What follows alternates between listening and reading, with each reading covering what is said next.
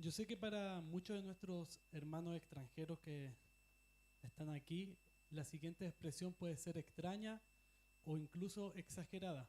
Pero como buen chileno yo puedo decir que el pan es vida, ¿o no? ¿Cierto?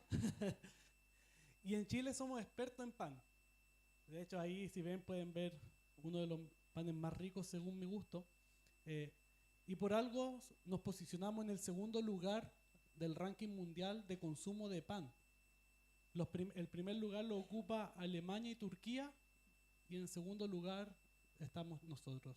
Alemania y Turquía comen alrededor de 105, 109 kilos de pan por persona al año y nosotros como 98 kilos de pan al año por persona. Es un dato para que lo sepa. Pero también somos expertos en expresiones que hagan referencia al pan. Por ejemplo, nacer con la marraqueta bajo el brazo. ¿Qué significa? Nacer con suerte o con bendición si somos más cristianos, ¿cierto? O cuando decimos, mañana la marraqueta va a estar más crujiente, que ganó Colo Colo, ¿cierto? O que ganó Chile o que nos fue bien en algo. Más rico que pan con chancho. ¿Ah? Cuando, en este caso, algo o alguien es muy lindo o muy linda, los chilenos decimos, está más rico que pan con chancho. Contigo, pan y cebolla, ¿cierto? Que es para expresar un amor incondicional hacia la otra persona. Cuando también decimos es pan comido, que algo es fácil. Al pan pan y al vino vino. Que esto es llamar las cosas por su nombre, ¿cierto? También decimos pan para hoy, hambre para mañana, que es una solución momentánea a alguna situación que estamos viviendo. O también decimos se vendió como pan caliente, que algo se vende muy fácil, muy rápido. A falta de pan, buenas son las tortas, ¿cierto? Que si falta algo, puede que haya otra cosa que se le asemeje o que sea mejor. Y la última, que creo que muchos la hemos escuchado, es arrastrar la bolsa del pan, ¿cierto? Ahí después averigüe qué significa eso, arrastrar la bolsa del pan. Ahora, si no lo sabía, el pan es uno de los alimentos más antiguos que el ser humano ha preparado a lo largo de la historia. Así que lamento decir que el alimento más trascendente en el ser humano no son las arepas ni las tortillas, es el pan. Así que en eso vamos ganando los chilenos. Y el pan es tan viejo, hermano, que hace no muchos años arqueólogos en Turquía encontraron el pan más longevo que ha existido. Y esto fue una excavación que estaban haciendo en Catalayoncu, bien raro el nombre, en la provincia de Konya, al sur de Turquía. Encontraron una estructura de un horno antiguo, alrededor encontraron granos de cebada, de trigo, de algunas legumbres, y también encontraron una cosa redonda que tenía una marca en el medio, y cuando empezaron a indagar, hicieron todas las pruebas, se dieron cuenta que esto era un pan que no había sido cocido, se alcanzó a fermentar, pero no se coció. Y este pan data del año 6600 antes de Cristo. Así que se puede imaginar qué tan viejo es el uso del pan. Así que lo siento a nuestros hermanos, la arepa y las tortillas no están aquí.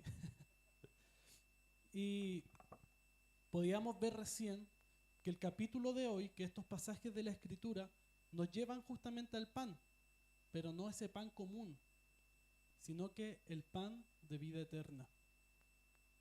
Jesús recientemente había multiplicado 5 panes y 2 peces, y con eso alimentó a 5.000 personas, bueno, 5.000 hombres dice la Biblia, hay que incluir mujeres y niños. Así que imagínense, con 5 panes y 2 peces alimentar a más de 5.000 personas es algo asombroso, algo extraordinario.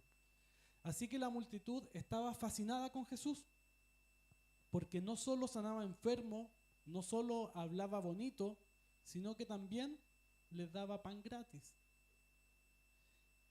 Y mi esposa siempre que ve una fila me dice, ¿qué estarán dando para formarnos? Dice que eso es algo muy típico mexicano, una expresión muy mexicana, y a mí siempre me causa risa porque vamos caminando, ve que hay una fila, una cola y dice, ¿qué están regalando para que nos formemos, para que aprovechemos la oportunidad? Y la gente estaba así siguiendo a Jesús. La gente ve que Jesús no está, ¿y qué es lo que hace? Dice que cuando la gente vio que Jesús no estaba allí, ni tampoco sus discípulos, se subieron a las barcas y fueron a Capernaum. La multitud se percata de que Jesús no está y hace lo lógico. Esta multitud hambrienta dice, no están, vimos que los discípulos se fueron camino para allá, Jesús debe estar allá, vamos para allá. Ya que ellos habían quedado asombrados por lo que Jesús había hecho recientemente, que Jesús había multiplicado pan y peces. Y dice que cuando la multitud llega al otro lado, cuando cruza a Capernaum, se encuentra con Jesús y le dice, Rabí, ¿cuándo llegaste aquí? Porque ellos no vieron cuando Jesús cruzó al otro lado. Ellos no experimentaron lo que los discípulos vieron, caminar a Jesús sobre las aguas. Entonces ellos se asombran y dicen, Rabí. Y es muy interesante notar que esta multitud no tenía idea de lo que estaba pasando, porque la multitud estaba fijando su mirada en las cosas materiales y terrenales. Esta multitud había propuesto poner un nuevo rey en el lugar, y era Jesús, porque no entendían quién era Jesús. Ellos dijeron, habla bonito, nos da de comer, hace algunas cosas asombrosas, está perfecto, que sea el nuevo rey. Pero ellos no estaban viendo el panorama completo. Y el problema de la multitud se llama materialismo, porque ella solo estaba siguiendo a Jesús por las cosas visibles que él estaba realizando y no por quién realmente era Jesús. Y este problema nos persigue hasta el día de hoy, mis hermanos. Hasta el día de hoy muchos de nosotros hemos seguido a Jesús o estamos siguiendo a Jesús por las cosas que hemos visto que Él hace. Muchos de nosotros el día de hoy estamos igual que la multitud, sin conocer realmente quién es Jesús y solo siguiendo a Jesús por los panes y los peces. Pero también el materialismo nos lleva a tener esta visión errada de Jesús. Porque el materialismo nos ha sesgado y nos ha hecho ver a un Jesús distinto del que Él es. Y este materialismo ha estado afectando incluso a la sociedad misma. Afecta nuestra interpretación de la palabra de Dios. Porque por el materialismo constante que hay en la sociedad y que se ha permeado en nuestras vidas, empezamos a cuestionar las obras milagrosas y poderosas de Dios. Empezamos a cuestionar las palabras que Jesús dijo. Empezamos a cuestionar los hechos que Jesús dijo. Incluso empezamos a cuestionar la palabra de Dios. Empezamos a cuestionar cada obra milagrosa que nuestro Dios ha realizado a lo largo de la historia del ser humano. Porque el materialismo está enfocado en las cosas meramente terrenales y materiales. Y si algo terrenal y material es imposible para mi mente humana, finita y limitada, entonces es imposible que Dios pueda realizarlo. Y muchos dicen de Jesús bajo esta mirada materialista, Jesús es un buen ejemplo moral. Otros dicen, Jesús era un buen maestro. Otros dicen, Jesús era un buen guía espiritual. Quizás han escuchado esta expresión, Jesús era un iluminado.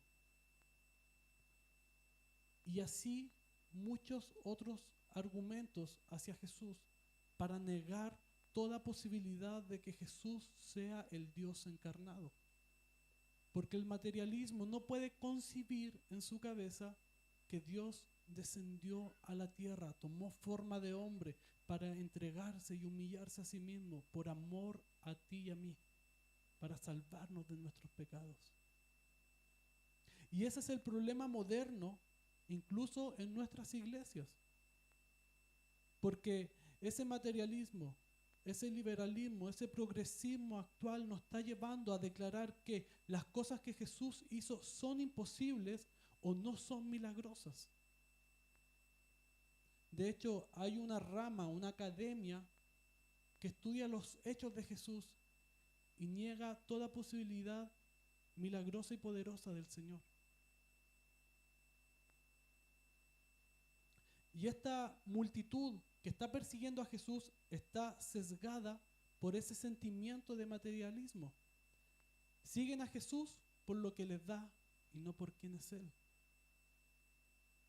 Pero fíjese, ellos le llaman rabí, o sea, un maestro. ¿Y cuántos de nosotros estamos viendo hoy en día a Jesús simplemente como un maestro y no como el Señor, Dios Todopoderoso, el Rey de Reyes? Y es Jesús mismo quien, como decimos en Chile, le para los carros, le chanta la moto, vamos a buenas expresiones chilenas. Les dice, ¿sabes qué? Jesús les dice, ustedes me buscan no por las señales que yo he mostrado, sino por las cosas que comieron. ¿Y cuáles son las señales que Jesús viene mostrando? Nos podemos preguntar, es lógico, ¿cierto?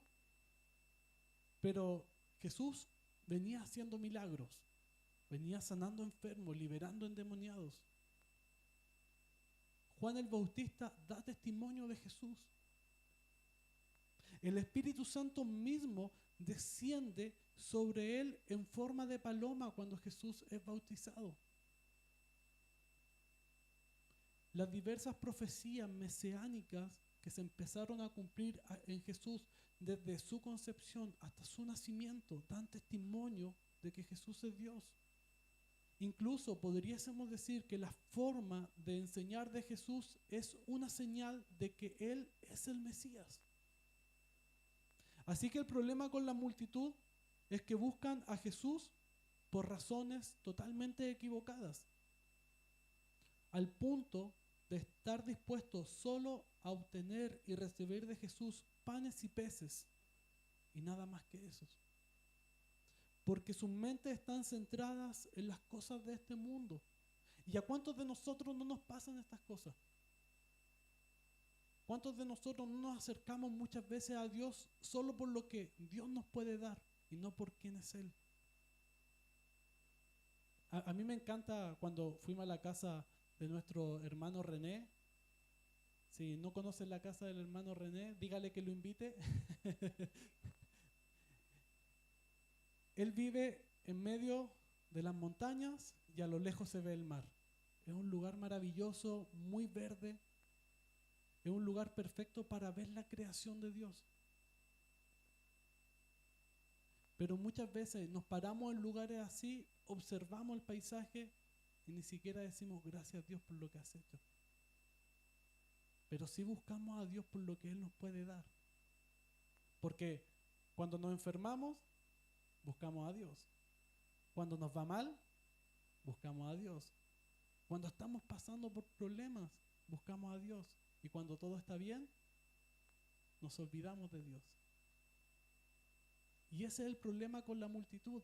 La multitud que está siguiendo a Jesús simplemente por las cosas materiales que Él les quiere dar. Así que esto nos llama a cuestionarnos. ¿En dónde estamos? ¿Qué estamos haciendo? ¿Por qué seguimos a Jesús? ¿Seguimos a Jesús por los panes y los peces? ¿O seguimos a Jesús porque Él es el Rey de Reyes, Señor de Señores? Y Jesús les dice algo interesante a esta multitud que solo quiere pan, y les dice, deben trabajar, es necesario que trabajen. Jesús les da indicaciones claras a esta multitud. esta multitud donde tú y yo hemos estado quizás muchas veces. Jesús les dice, trabajen. Y uno pudiera pensar, Jesús es muy duro para tratar a la gente, porque lo está llamando flojos, en pocas palabras, ¿cierto? Es una forma linda de decirlo. Y en cierto sentido, si es así, es cierto. Porque esta multitud ha pasado más de un día siguiendo a Jesús por el desierto, cruzando el mar, por lo cual mínimo ha perdido 2 días de trabajo. Muchos eruditos y estudiosos bíblicos dicen que Jesús, cuando multiplica el pan, es un día jueves, y cuando está en Capernaum es un día viernes, porque va a la sinagoga a enseñar. Así que imagínense, 2 días laborales perdidos. Y Jesús les da esta indicación, vayan y trabajen. Pero les dice, trabajen por el alimento que no perece, ese que es para vida eterna. Y esto nos plantea un interrogante. ¿La salvación es por trabajo u obras o es por gracia? Y nuestra respuesta va a depender de qué lado de la vereda nos encontramos, lógicamente. Como quizá muchos protestantes evangélicos o cristianos no denominacionales decimos enérgicamente que no es por obra, sino que la salvación es por gracia. Pero hay otras ramas del cristianismo que dicen que la salvación es por obra o por medio de sacramentos, porque cada uno de ellos te aportan o te otorgan una gracia al creyente y como que la vas acumulando para el momento oportuno. Como una alcancía, muy bien. Pero Santiago señala que la fe sin obra es muerta. En pocas palabras, Santiago dice, si tienes fe, que tu fe se demuestre en tu forma de ser y de hacer las cosas. Porque muchos dicen tener fe en algo, pero actúan totalmente diferente a lo que su fe dicta. Por ejemplo, yo tengo fe en que los doctores fácilmente estudiaron entre 8 a 10 años para sacar una especialidad y que lógicamente saben mucho más que yo de medicina y del cuerpo humano. Pero cuando voy al doctor y el doctor me dice, usted tiene que tomar estos medicamentos, tiene que seguir esta dieta, este ritmo de vida, yo decido hacer lo contrario. Yo tengo fe que el doctor estudió, pero en mi cuerpo yo lo conozco más. Entonces, ¿qué es lo que estoy haciendo? Puedo tener fe en el doctor, pero con mis acciones estoy demostrando que realmente no creo en lo que él estudió, no creo en el tiempo que él invirtió. Si el doctor me dice, Gerardo, tienes problema de hipertensión, deja la sal, toma esta medicina, y yo digo, no, si no pasa nada y le echo más sal a la comida y no me tomo la medicina, ¿qué estoy diciendo con mis acciones? Que no creo en aquel que estudió. Si el doctor me dice, Gerardo, estás gordito, tienes que hacer dieta, y yo digo, no importa si me como 2, 3 churrascos a la semana, no pasa nada, y el resto de día le meto un poquito más de lechuga a la comida. No voy a bajar de peso, lógicamente, porque mi fe está haciendo otra cosa. Realmente estoy demostrando con mis acciones que no tengo fe en el doctor. Y muchas veces en nuestra vida, cuando llega Jesús y nos da este gran consejo, trabajen por el alimento que no perece, el cual es dado por el Hijo del Hombre, muchas veces nos comportamos de forma distinta. ¿Qué nos está diciendo aquí Jesús? ¿Saben qué? La salvación, hermanos, proviene de Dios. El pan de vida eterna es Cristo, que nos da la salvación, nos da la vida eterna. Pero muchas veces, a pesar de ese regalo, no nos comportamos conforme a lo que hemos declarado creer. Puede ser por muchos motivos. Quizás porque realmente no creo en las palabras de Jesús, o porque no estoy dispuesto a cambiar mi vida a lo que Jesús quiere. Y es interesante para mí que Jesús le dice, trabajen por este alimento. Y uno dice, bueno, la salvación es un regalo de Dios. Sí, es un regalo de Dios. Pero debemos permanecer en la salvación. Y eso, hermano, es un trabajo. Es un trabajo alejarnos del pecado. Es un trabajo cambiar nuestras vidas. Es un trabajo mantenernos en santidad. Porque implica que nosotros invirtamos tiempo. Implica que nosotros tomemos decisiones claras en nuestras vidas. El creer implica que ejecutemos acciones que van conforme a lo que he decidido creer. Si he decidido creer en Jesús, debo aceptar primero que Él es Dios y yo no soy Dios. Él es el creador de la vida, no yo. Así que por más que me crea súper poderoso y que yo pueda hacerlo todo, no puedo. Soy una persona limitada, pero Dios es ilimitado. Debo arrepentirme de mis pecados y aceptar el perdón de Dios. Si he decidido creer en Cristo, debo arrepentirme y debo aceptar su perdón. Porque hay gente que se arrepiente, pero no acepta el perdón de Dios. Sigue viviendo toda su vida sintiéndose pecador, culpable, una basura, un gusanito ahí en la tierra. Pero Dios nos da su perdón para que seamos libres de esa culpa, de esa carga y vivamos una vida diferente, sin ataduras, sin amarguras, sin esa preocupación.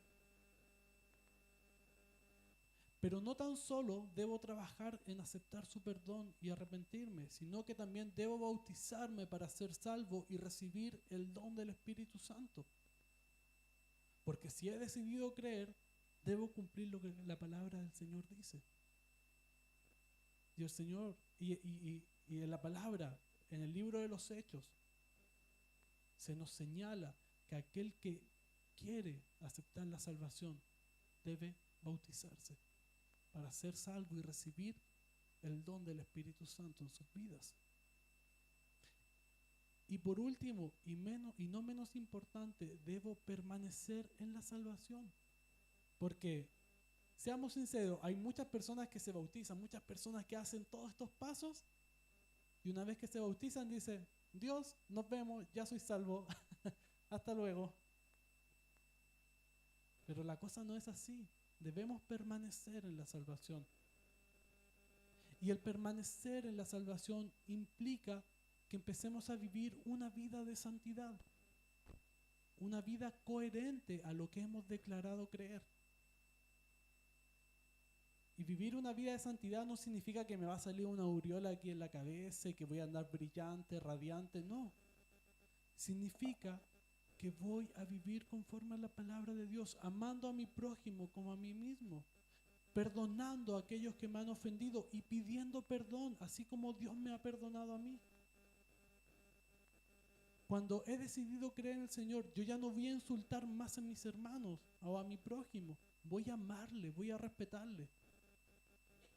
Cuando he decidido creer en el Señor y vivir una vida conforme a lo que el Señor dicta, incluso mi forma de hablar y de expresarme cambia, porque debo ser moldeado a la imagen del hombre perfecto que es Cristo.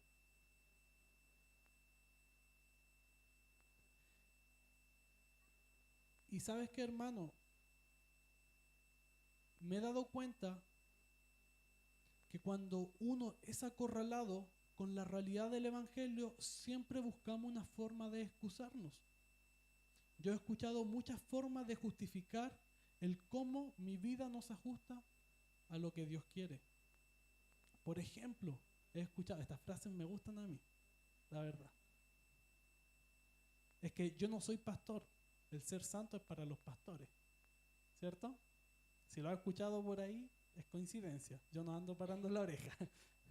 O otros dicen, no, es que yo no soy líder, el líder tiene que ser personas casi perfectas, yo puedo tener mis desliz, ¿cierto? Otros dicen, Dios perdona, pero yo no, porque yo soy humano y perdonar es divino.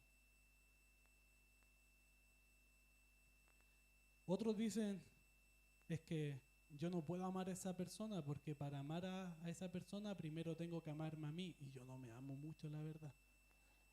Yo lo he escuchado, de verdad. No estoy exagerando, yo lo he escuchado. Otros dicen, es que no importa si pego, al final vivimos en la gracia y no en la ley, así que Dios nos perdona igual. Yo lo he escuchado. Otros dicen, no importa la vida que llevo, si al final todos vamos a ser salvos. Otros dicen, es que Jesús era Dios y yo solo soy humano. Y otra que he escuchado es que si el pastor o el líder no hace eso, menos tengo que hacerlo yo.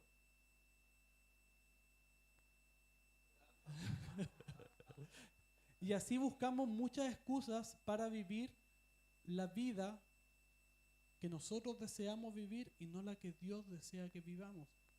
Porque buscamos excusas, buscamos justificar nuestro pecado delante de Dios. Pero ¿sabe qué? No podemos justificar nuestro pecado delante de Dios, simplemente pecamos. Y yo les pregunto, ¿quiere vivir la vida que Dios quiere que vivas? Porque eso es importante. Preguntarnos si realmente queremos vivir conforme a la palabra de Dios. Y ¿sabes qué? Lo más interesante es que si buscamos esta excusa, vamos a seguir viviendo una vida de pecado. Pero cuando empezamos a quitar estas excusas, podemos realmente empezar a seguir a Cristo, a seguir ese verdadero pan de vida. Ellos, después de todo lo que habían visto y escuchado de Jesús, le preguntan, Jesús, pero ¿qué obra haces tú? Y seamos sinceros, hermano, ¿usted cree que es poco sanar enfermos, liberar endemoniados, multiplicar el pan, resucitar a los muertos? O sea, ¿son pocas esas cosas que ellos habían visto y escuchado de Jesús? O sea, si llega alguien y me dicen, oye Gerardo, este está sanando enfermos, liberando endemoniados, multiplicando el pan, tráiganlo. ¿Dónde está? Pero ellos lo cuestionan a Jesús y le dicen, bueno, ¿qué es lo que haces tú? ¿Qué obras haces? Porque para ellos todo esto que estaban viendo no eran pruebas suficientes de que Jesús era el Mesías enviado de Dios. Y uno dice, ¿cómo? Es que sus acciones, sus palabras lo están demostrando. Nosotros entendemos que Jesús era Dios, pero ellos estaban cuestionando la deidad de Jesús. Y ese es el problema de la multitud, es que la multitud nunca va a estar conforme, la multitud nunca se va a sentir satisfecha porque nada es perfecto para ellos, nada es como ellos quieren. Pueden ver los cielos abiertos y descender el mismo Espíritu Santo y aún así seguir demandando señales de Dios. Y hermanos, ¿quieres saber si eres parte de la multitud? Mira tu inconformidad con Dios, mira tu inconformidad con el liderazgo de la iglesia, mira tu inconformidad con este recinto, con este lugar, el lugar donde Dios te ha puesto. Entre más inconforme te sientes, más de la multitud eres. Porque no estás viendo el panorama que Dios está viendo, no estás viendo las cosas como Dios las ve.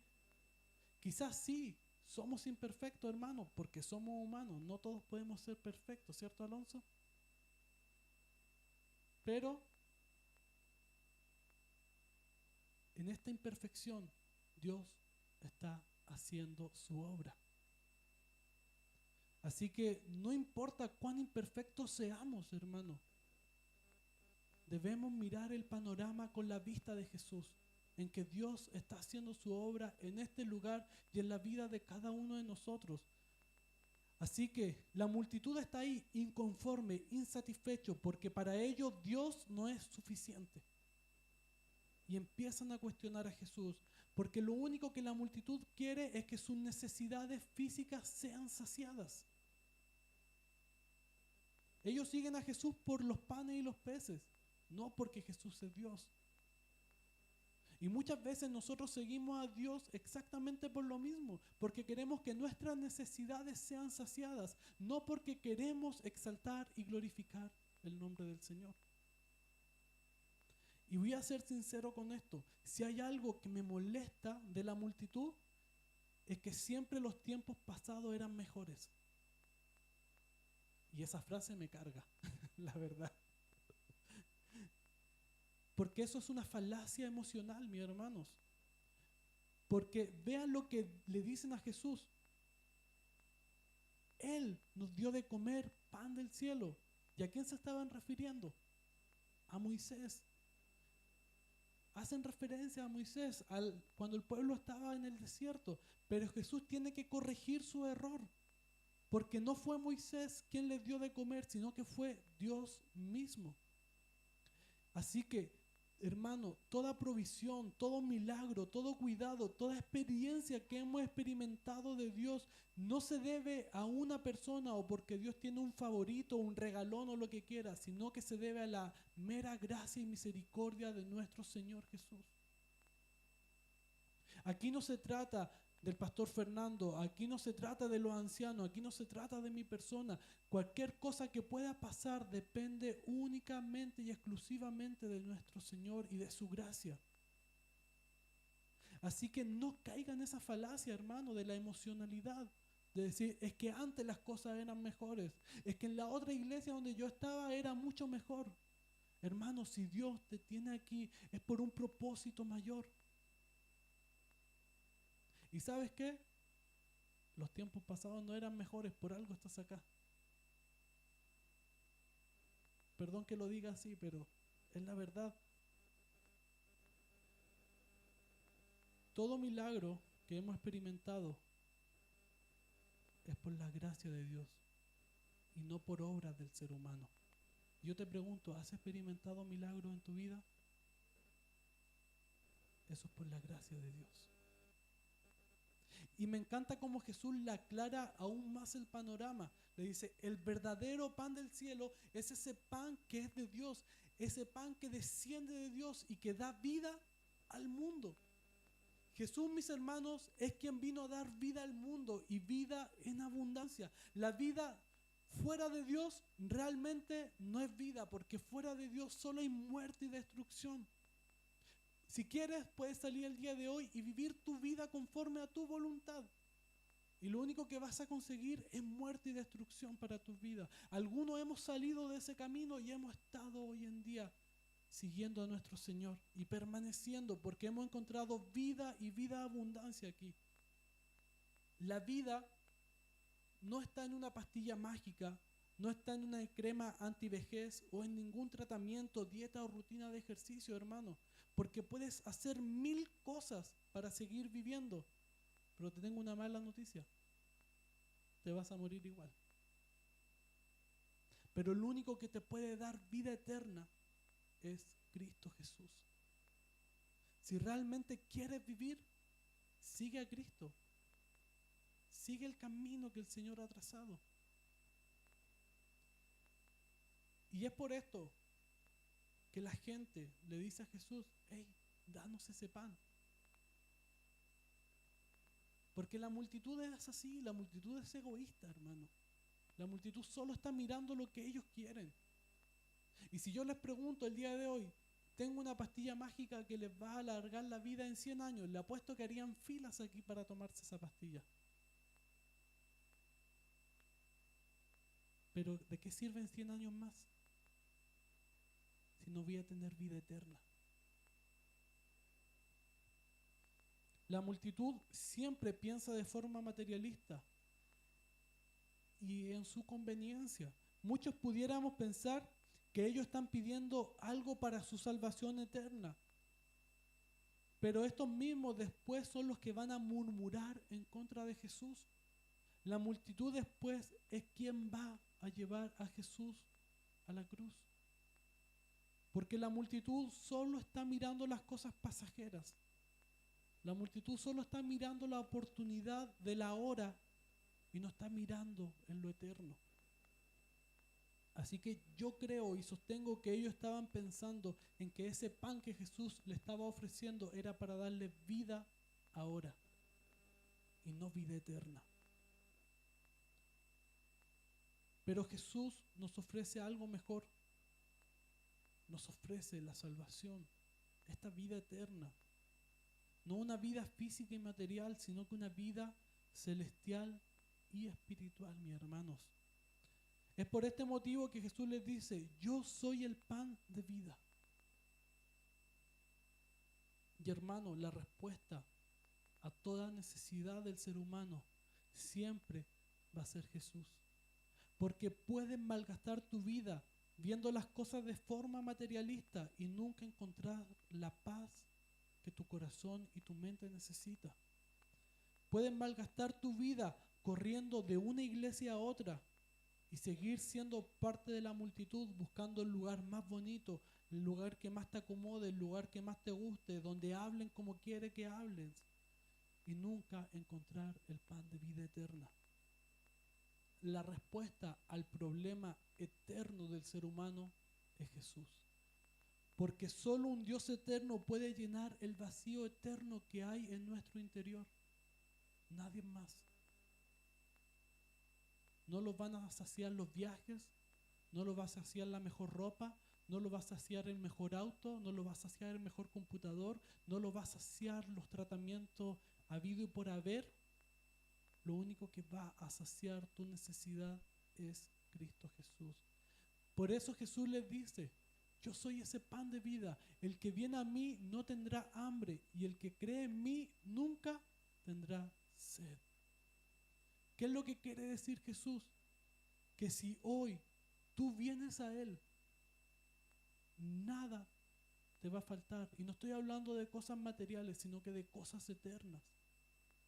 Porque nunca más vas a tener necesidad si estás en Cristo Jesús. Porque eternamente vas a estar con el Padre, disfrutando de su gloriosa presencia, disfrutando de su gloriosa gracia y amor eterno. Así que si el día de hoy quieres algo que perdure, quieres algo real, eso es Cristo Jesús. Todas las demás cosas en este mundo son pasajeras, hermanos. Lo único que permanece es Cristo.